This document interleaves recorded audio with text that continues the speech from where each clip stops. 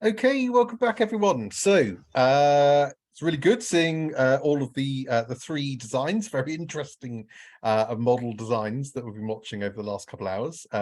So I just wanted to give you an extra 60 seconds because one of the groups was managed to fix it a slight bug in 3 minutes. So that was good. So they've now got a working model. Hopefully you either got a working model or can at least talk us through what you're trying to achieve and hopefully can sort of finish it. But the whole point of this was really to give you a bit of practice playing with MESA and doing some hands-on agent-based simulation. And all three groups really interesting ideas and really good use of MESA as the framework. You seem to be getting on really well with the MESA framework. So well done to everyone. So I've hit record. We might just share this with the other HSMA so they can see what you came up with, because I think lots of people are getting quite interested in the agent-based simulation stuff. So it'd be good to share that with people. So hopefully you remembered which rooms you were in. If not, I think I remember which topics were which. But so we had 2, 3, and 4. Nobody went to 1 and 5, which was interesting. I don't know the psychological thing, but we'll start with room 2, and that was the group that had just managed to fix the code just before we came back. So does somebody want to talk about what you came up with and show us your model? Sure. So we decided to tackle the really important issue of spread of misinformation, and how that can spread across groups and with various different types of influences, as well as peer pressure. So yeah, here it comes. And of course I'm talking about if Santa's real or not around children. So we wanted to have multiple different agents. So we've kind of got the children, which are shown in as red and grey. So if they're red, then they start off believing in Santa. If they're grey, then they don't believe in Santa. And we can kind of change the like probability that they do or don't believe in Santa. So here, like 80% of like the children will believe in Santa.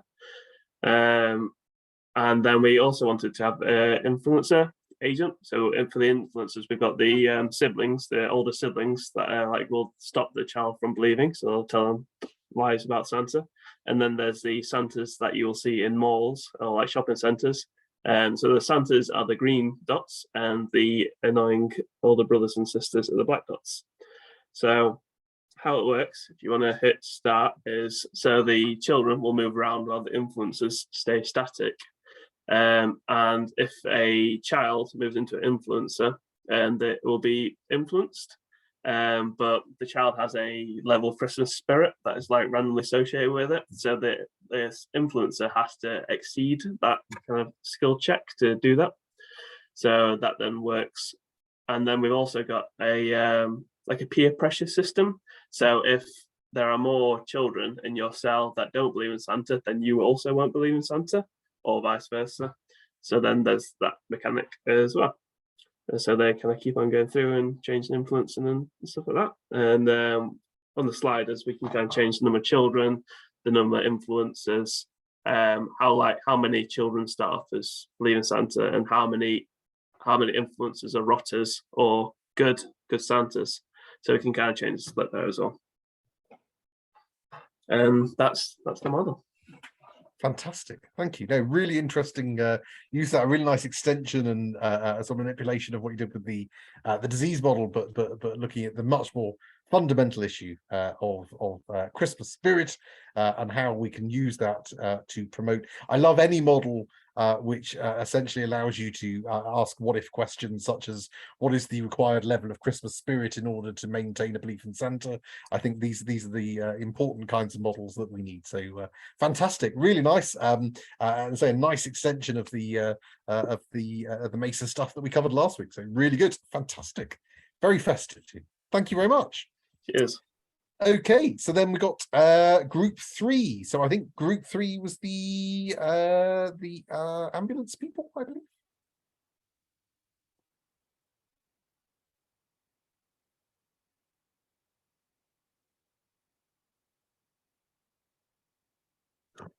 Group 3? Have we got group 3? Yeah. We didn't agree who was going to present it. Okay. So we had some good ideas about the project. Shall I go? If anyone, I definitely didn't do most of the coding. Okay, so Benjamin and Luke and Sean did the heavy lifting on this. I'll share my screen. Probably worth saying actually that it was really nice to see you using the VS Code sort of code along where you can all sort of share and click a link in the web browser and all contribute to the code. That was really nice. That was really Cool. interesting to see that work. Yeah, that worked out okay. So we thought about talking about ambulances, and ambulances move from A to B, collect a patient and then return to a hospital. There was in this model, Benjamin described the ambulance agent, and the agent had a function for moving and a function for when it could move, if it was occupied or waiting to hand over patients, or whether or not it was in transit to a patient. If it was in transit to a patient and the patient was critical or had a high severity of illness, then they could move at twice the speed of if they were going to a non-critical call. Some crazy stuff around optimal distances between hospitals and ambulances, and some really something about the Manhattan Project. I think it was something else, but that was me. And also finding the nearest available hospital and moving to the nearest available hospital rather than going to ones that are already full. And then the patients were fairly simple. They just had an ID, a random chance of being critical or not of 10%. And then the hospitals also had their maximum capacity, their current capacity, how long it took them to treat patients. They would discharge patients from the hospital, and then they would also they also had some other patient movement coming through them that wasn't from the ambulances. And then the ambulance models themselves would be allocated patients. They would get a lot of their movement speed from the patients that were generated randomly, and then they would appear randomly within the grid. And I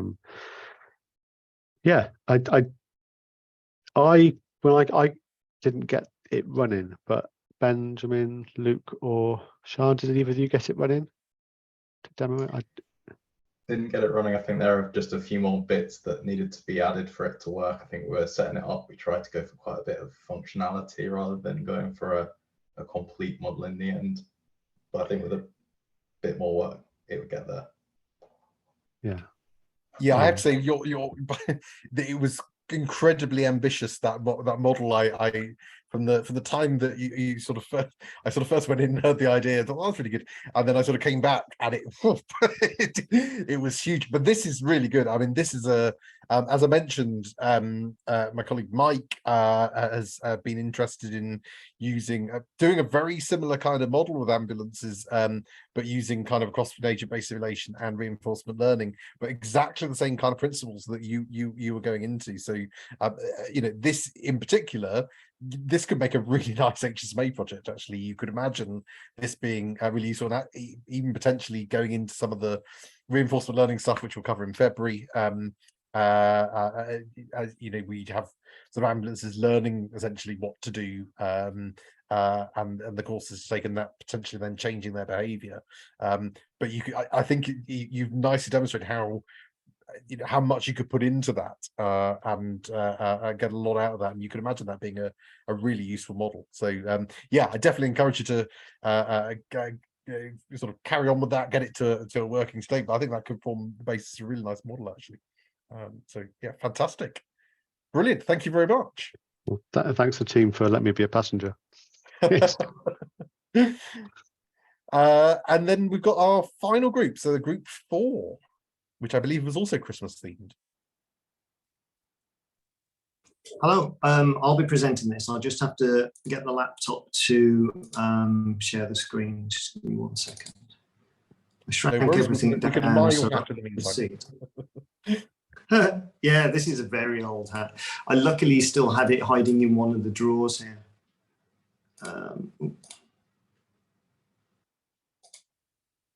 Now that's just moving video from different things. I don't like the laptop version of Zoom. I can never get it to do what I want it to do. But once I've shrunk everything down to a small square, how do I get it back bigger so that I can share the screen? I suppose you know. Oh no, I've got it. I've exited minimize video. It was. Okay. There we go. Yep, there we are.